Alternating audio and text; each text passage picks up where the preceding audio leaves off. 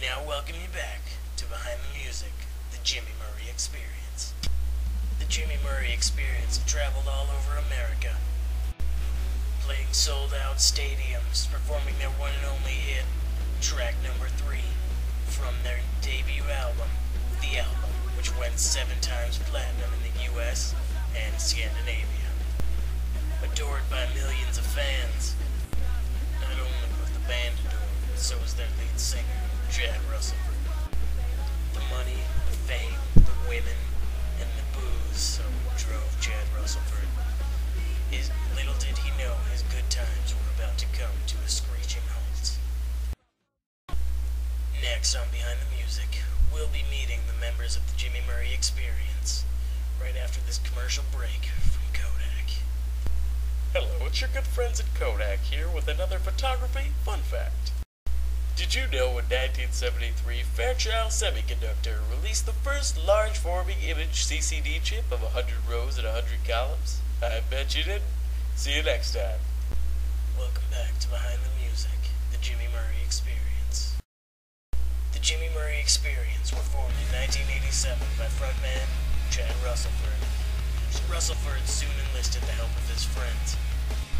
Axeman McCrazypants, longtime friend of Chad Russellford, moved from Pennsylvania to Hollywood after he was enlisted by Chad to play the guitar for his band. William Brandenson moved to Hollywood after he dropped out of the 11th grade back in Oklahoma to pursue his dreams of becoming a fast-living rock star. He later met up with the future members of the Jimmy Murray Experience at a local LA bar. And Thomas Jefferson, no, not the one you're thinking of, that just happens to be his name. He once committed a crime of driving a bus full of nuns and babies off a cliff.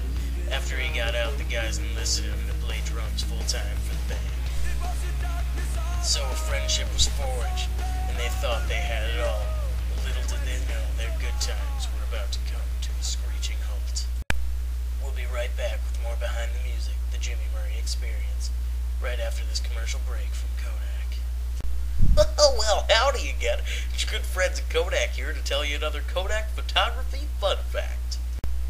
Did you know in 1986, Kodak scientists developed the world's first megapixel sensor? Oh, I bet you didn't.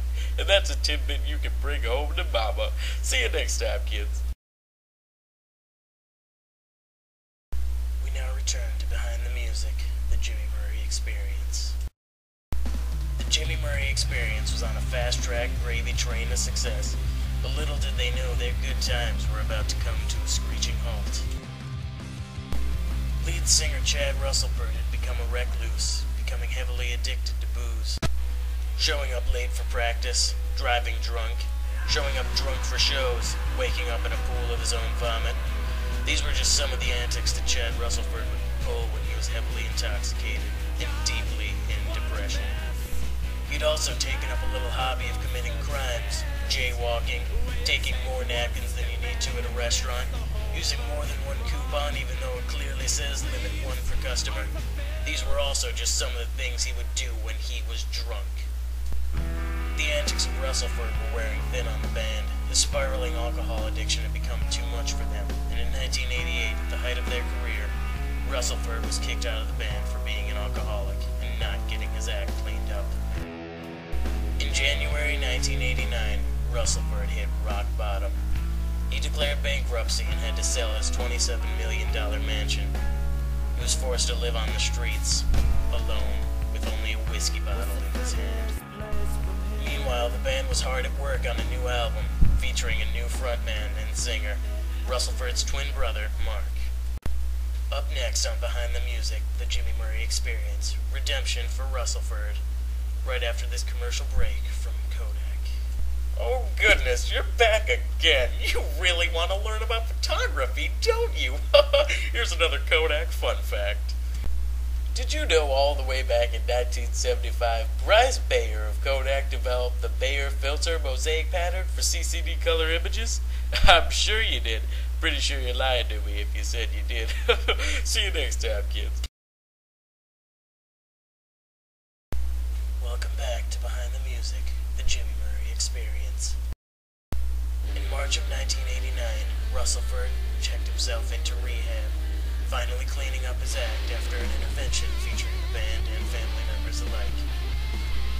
1 year later, Russellford was cleaning off the streets, even reconciled with some members of the band.